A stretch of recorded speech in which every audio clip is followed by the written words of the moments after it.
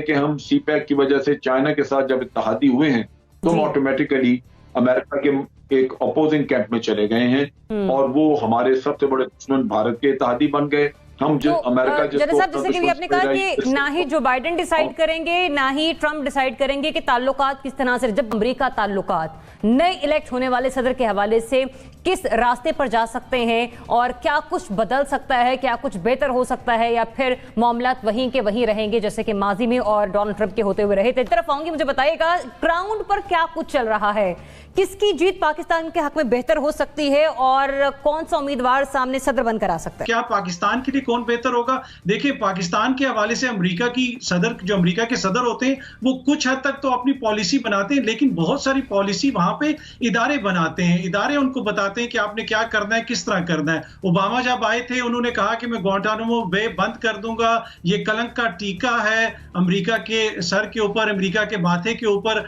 8 साल हुकूमत करके चले गए, फौज ने, CIA ने कहा कि आप बहुत अच्छे हैं, दानिशवर हैं, पर ये फैसले आप नहीं करते। सुप्रीम कोर्ट तक गया केस, तो सुप्रीम कोर्ट ने भी कहा हमारी तो जुरिस्डिक्शन ही नहीं है।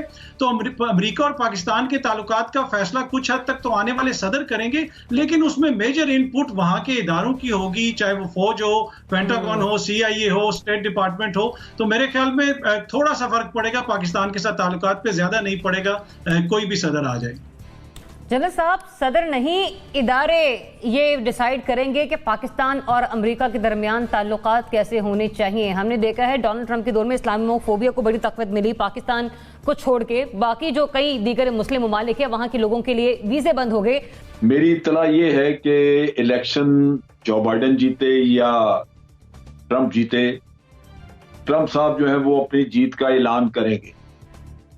उन्होंने हर हालत में अपनी जीत का ऐलान करना है। मेरी इत्तला ये है कि आपको ये सुनने को मिलेगा, फिर आगे झगड़ा चलता रहेगा कि उसको कैसे करना। ये अमेरिका बहरहाल जब किसी मुल्क की डिक्लाइन रब्बुल आलमीन की तरफ से होती है, इन्हतात, आखिर जवाल और जो उतार चढ़ाव होते हैं अरूजो जवाल के, उनमें इसी तरह होता है कि कोई ना कोई आप लीडर ऐसा आ जाते हैं कहीं जो ले बैठते हैं मुल्कों को।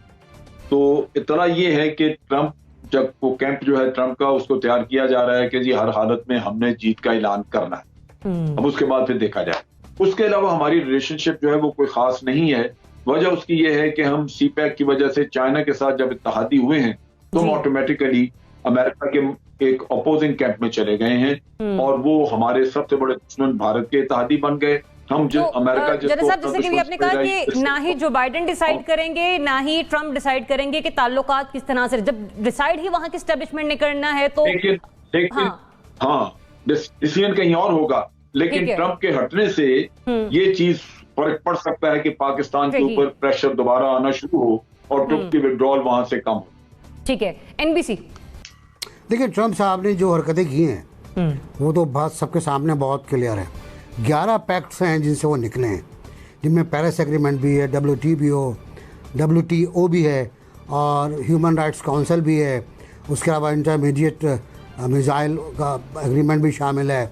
चीन से उन्होंने टैरिफ पे झगड़ा मोल लिया और उसके बाद पीछे हट गए। फिर बहुत से मसाइल उन्होंने खुद खड़े किए। सबसे बड़ा मसला इमिग्रेशन का था जी, जो मेरा ख्याल है कि इनको बहुत ख़राब कर गया। कालों का मसला था, ब्लैक्स का मसला था, जो उनको बर्बाद कर गया। अब आ जाए जो बाइडेन का, हमारा उसका कोई रिश्ता नहीं है, हमारे कोई अच्छे ताल्लुकात कभी नहीं रहे। हमारे लिए अगर तारीख में आप जाएं तो रिपब्लिकन हमारे दोस्त हुआ करते थे, अब वो भी दोस्त नहीं रहे हमारे। उन्होंने भी हिंदुस्तान को चुन लिया है और ये चुनाव आज नहीं हुआ, चुनाव अब क्लिंटन से पहले हो गया था।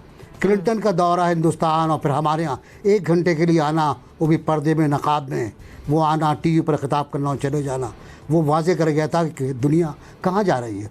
ओबामा आए, ओबामा ने कहा कि बरसगीर में अमन का रास्ता कश्मीर से गुजरता है।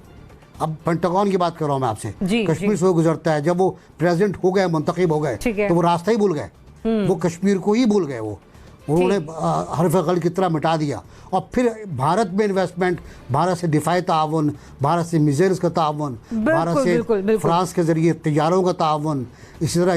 चले आप ही को कमेंट को लेके मैं जरा बुखारी साहब के पास जाती हूँ, जो आपने ट्रेड के हवाले से बात की है, ये इन्वेस्टमेंट के हवाले से बात की है, इसमें फलस्तीन और इसराइल को भी जरा बुखारी साहब शामिल कर लें आप, चीन और रूस को भी जरा शामिल करें, वो वाला मामला भी, और ये भी बता दें कि जो बाइडेन या ट्रंप कौन बेटर है। देखिए, जो एग्जिट पोल्स का रिजल्ट आज लेटेस्ट जो आया है उसमें तो इंडिकेशंस यही हैं कि बाइडन की फेवर में जा रहा है, क्योंकि ऐसी स्टेट में एग्ज़िट पोल्स जहाँ पे कुछ दिन पहले ट्रंप की बढ़तरी थी, वहाँ भी एग्ज़िट पोल ये इंडिकेट कर रहा है कि बाइडन वहाँ पे बढ़तरी में है।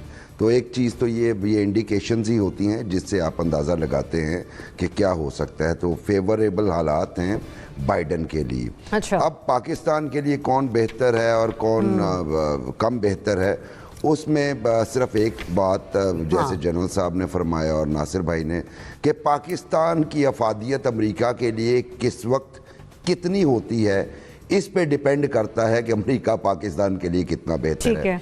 आप अफगान जिहाद से लेके वॉर ऑन टेरर ले लीजिए, हम उनके ब्लू आइड बॉयज़ थे, हमारे बड़े बेमिसाल ताल्लुकात थे जनरल ज़ियाउल हक के दौर में, बड़े बेमिसाल ताल्लुकात थे जनरल मुशर्रफ के दौर में, लेकिन फिर जनरल मुशर्रफ के दौर में ही हमने उन ताल्लुकात को ख़राब होते भी देखा, चूँकि हमारी ज़रूरत थोड़ी सी कम हो गई थी, या फिर वो डू मोर के मुतालबात जो थे वो चल रहे थे। तो अभी भी चूँकि एक नए ब्लॉक बन रहे हैं और हम जा रहे हैं चाइना और रशियन ब्लॉक की तरफ, अमेरिका हमें पुल बैक करने की कोशिश कर रहा है। अच्छा बुखारी साहब, सॉरी टू इंटरप्ट यू, आपका पॉइंट आगे मैं जी सुनहरा। अमेरिकन इलेक्शंस जो है ना वो देखने में जैसे नज़र आते हैं, उनके रिजल्ट्स वैसे आते नहीं हैं।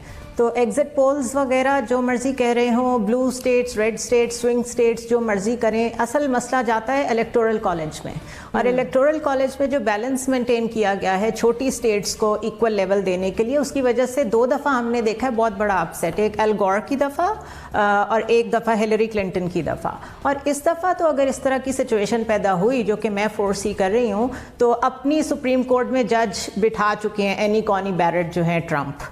तो इसलिए ये क्वाइट डाइसी है, इसमें ये प्रिडिक्ट करना कि किसके पोल्स आगे हैं इसलिए वो जीत जाएगा, इट्स वेरी डिफिकल्ट।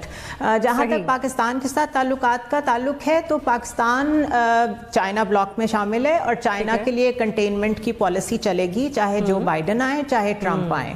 तो पाकिस्तान की तरफ पॉलिसी वही रहेगी जो अभी भी चल रही है। ठीक है, तो अभी तक के पॉइंट्स ये कि जो बाइडन आ सकते हैं सामने, लेकिन कुछ ना कुछ अनप्रिडिक्टेबल सी भी सिचुएशन रहती है, लेकिन वहां के जो फैसले हैं पाकिस्तान के साथ ताल्लुकात हो या दीगर ममालिक के साथ, वहां एस्टैब्लिशमेंट करती है वहां की सदर, ये कुछ मामलात नहीं।